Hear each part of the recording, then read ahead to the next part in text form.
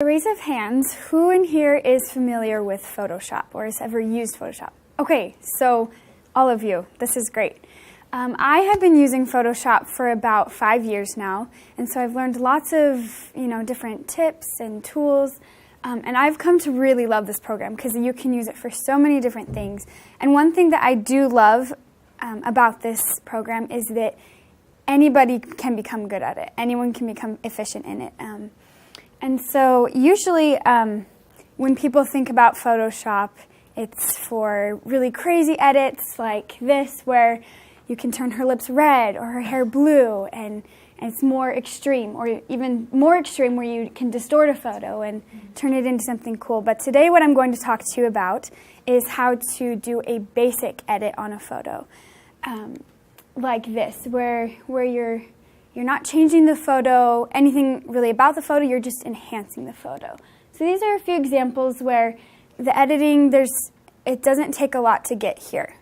So the 4 tools that that I'm going to talk about today is the leveling tool, the vibrant saturation tool, selective color, and the sharpen tool.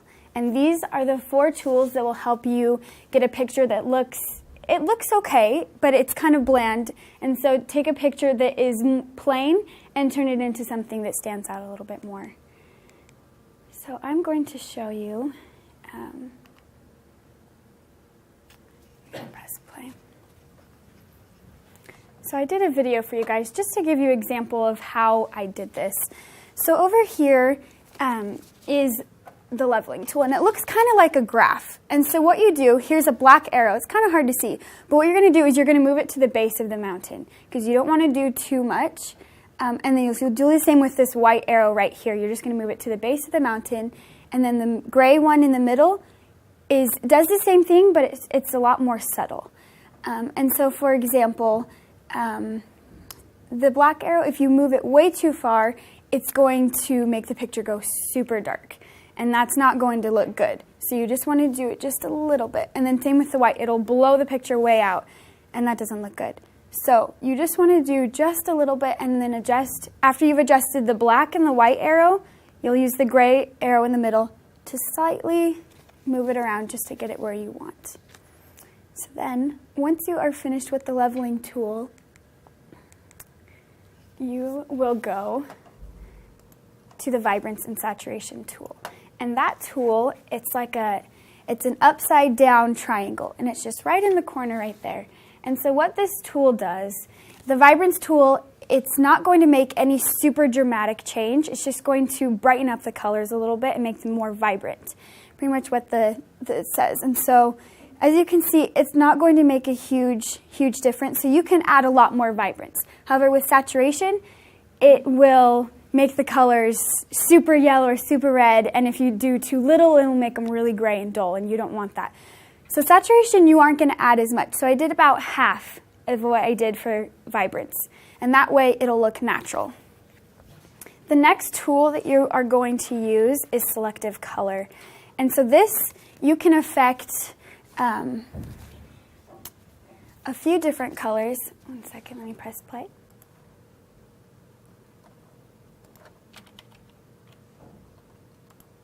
Okay, so you have your few different colors here. And what this one will do, it'll either make it more blue or more red. And so this one, for this picture, I wanted to make it warmer to bring out the warmer colors in there because the blue background is already cold, so I put it more on the negative side. And this color, it'll either make it more purpley, red, purple, or blue. And I didn't want it to be super blue, so I added more reds and purples. And then yellow, you can either take away and it'll be more green, or you can add more yellow. I like to add more yellow because it enhances, it's a more natural skin color. So I added yellow. And then black is either going to make it lighter or darker. It's almost like adding a contrast to it. And so I added more just to add more of a contrast, and I didn't want it to be too light. The next the next tool that you're going to use, one second.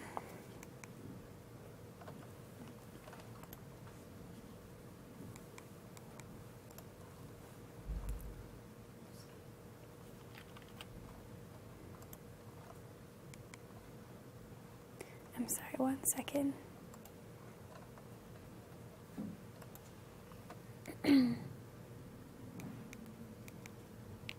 Sorry, let me just get this slide to work really quick.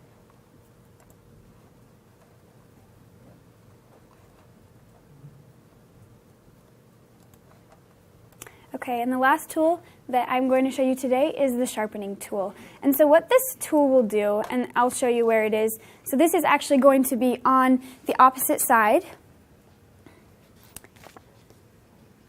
1 second. Okay. There we go. Okay. Okay. 1 second. Sorry about that. Okay. There we go. Okay, so this tool is going to be on this side. So one thing with the sharpening tool you need to remember is you've made all of these layers, and so you need to make sure you select the background. And this tool is going to be a triangle, and it's going to be on this bar right here. And so I zoomed in so you could see. But what you do is you just drag it over certain areas of the picture. And I like to do it over the eyes, the hair, the lips. And the reason that you do this is that it will add more detail to those certain areas. And you know, this picture isn't necessarily blurry, but if you enhance those certain areas, it adds to, you know, making the picture stand out more, which is what I'm doing here. And so then I will show you. So you can add, and this is your history bar, and you can go back and add as much as you want. But right here, I'm just adding detail to her hair and detail to her eyes. And so I'm just going to show you what it looks like before and after you use all of these tools. So here you